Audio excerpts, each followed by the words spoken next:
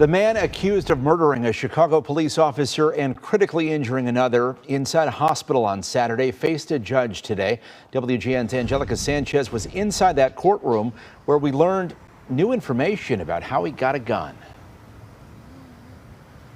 Well, Ben, health officials have said that they scanned the suspect for weapons at the hospital. Today in court, we learned the 26-year-old suspect waited until he was set to undergo a CT scan when he pulled out a weapon. According to the Tribune, the weapon was hidden under a blanket, and that's when he pointed the gun at officers. Elected leaders present inside the courthouse are calling for change to state law that they say led to this tragedy. It's been a painful 48 hours for members of the Chicago Police Department and their loved ones, once again faced with the loss of one of their own in the line of duty. On Saturday, Officer John Batholomew, a 10-year veteran of the department, was killed. He was 38 years old. His family is asking for privacy. This is a consequence of a failed system. The man accused of murdering him was charged and identified Monday as 26-year-old Alfonso Talley. He was on pretrial release for a 2025 carjacking. He now faces a long list of charges, including first-degree murder and attempted murder first degree for critically injuring Bartholomew's 57-year-old partner, who we learned endured a gunshot wound to the face. Officer Batholomew would be alive today if his massively repeat offender of violent crime after violent crime were behind bars where he belonged. We have to change the law. Good morning, good afternoon, good evening, and welcome once again to my channel, Stop Effing Killing. I'm your host, the MOD, also known as the Method of Delivery. Please like, share, and subscribe if you find anything that resonates with you. So, today we're going to talk about an incident that happened over the weekend up in Chicago. And this is a tragic incident where two Chicago police officers were shot and one of them didn't make it. John Batholomew, 38 years old. His 57-year-old partner was shot in the face by a suspect who I will not name on this channel, who is now facing 20 felony charges. Stories like this hit close to home for me because I've been on some scenes where officers lost their lives.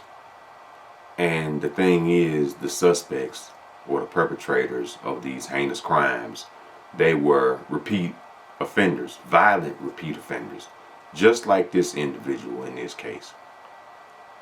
So let's talk about the suspect's criminal history. In 2018, he was convicted of 3 separate armed robberies, 3 of them, and he received supervised release in 2019. In 2021, he was convicted for having possession of a firearm. So now he's already a convicted felon, and now he's got a gun. In 2022, he was released on supervised release. While on supervised release in 2022, he stole a car. And in 2025, he was given mandatory supervised release. Now, in May of 2025, that same year, he was convicted of armed robbery and carjacking in 2 separate cases. And on this past Saturday, he pistol whipped a clerk at gunpoint as he robbed the store.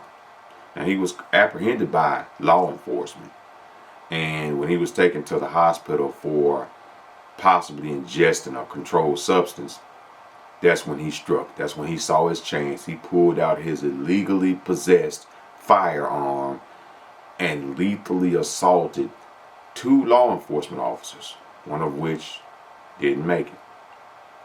Now, to add insult to injury, that firearm that he got, it was straw purchased by his girlfriend, Olivia Burgess, if I'm pronouncing her name correctly, back in May of 2024.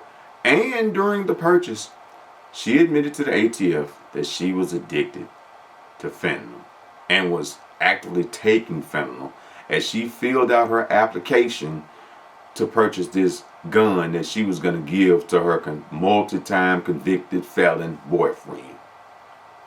Now, although we can always say hindsight is 2020, it doesn't take a clairvoyance or a clairvoyant or a fortune teller to figure out that this goon, this monster, this evil bastard motherfucker was gonna get out of prison and rob and assault and victimize more people.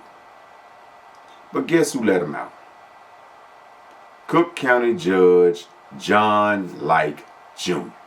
Yeah, John Like Jr. Now, people will try to take your, eye off of the real issue by saying that Judge Like was a Democratic judge. Like, there is just crime in Democratic cities. No, this isn't a Democratic problem. This isn't a Republican problem. This isn't an independent problem. This is an American problem, a United States of America problem, that these prosecutors are cutting deals.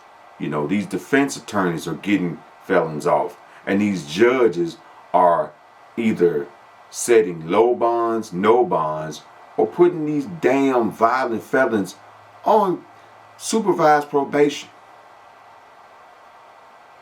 What in the hell is it going to take? See, that's why I tell people it's important. That's why I'm telling you all it's important to vote in these elections, because you don't want people like this sitting on the bench. People like Judge Like, they figure, well, if I let this dude out of prison, it's a win-win for me. Number one, I'll probably never see him again because I live in my exclusive gated community. Or he'll say, well, he could be the poster child for prison reform. Suppose he does get out of prison and he cleans his life up, then I can use him on my campaign trail and say, well, see, this was a convicted felon, that turned his life around. But the proof is in the pudding. You look at this guy's history, this guy was not going to turn his life around.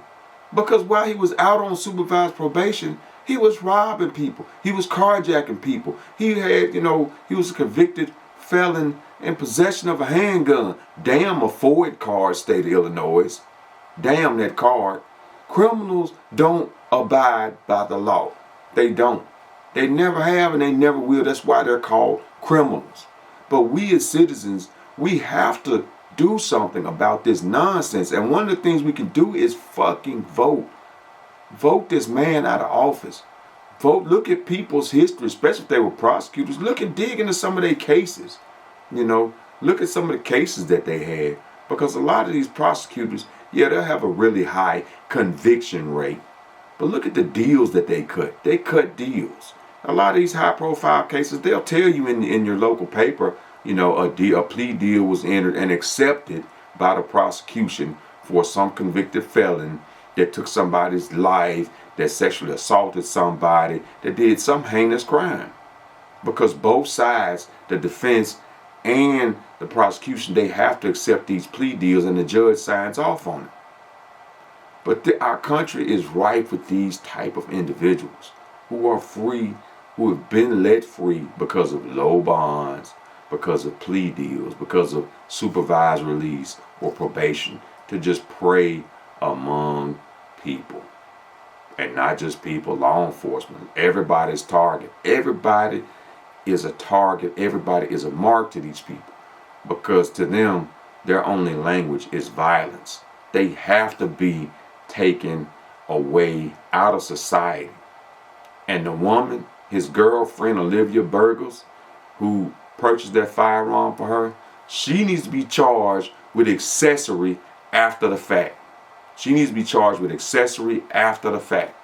Because there is no way in hell, if he could buy the goddamn gun, he would have bought it his damn self.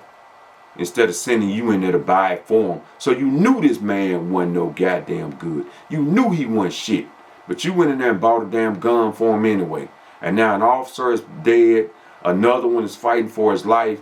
And from what I read, you know, he was gonna shoot the doggone nurse that was trying to treat him.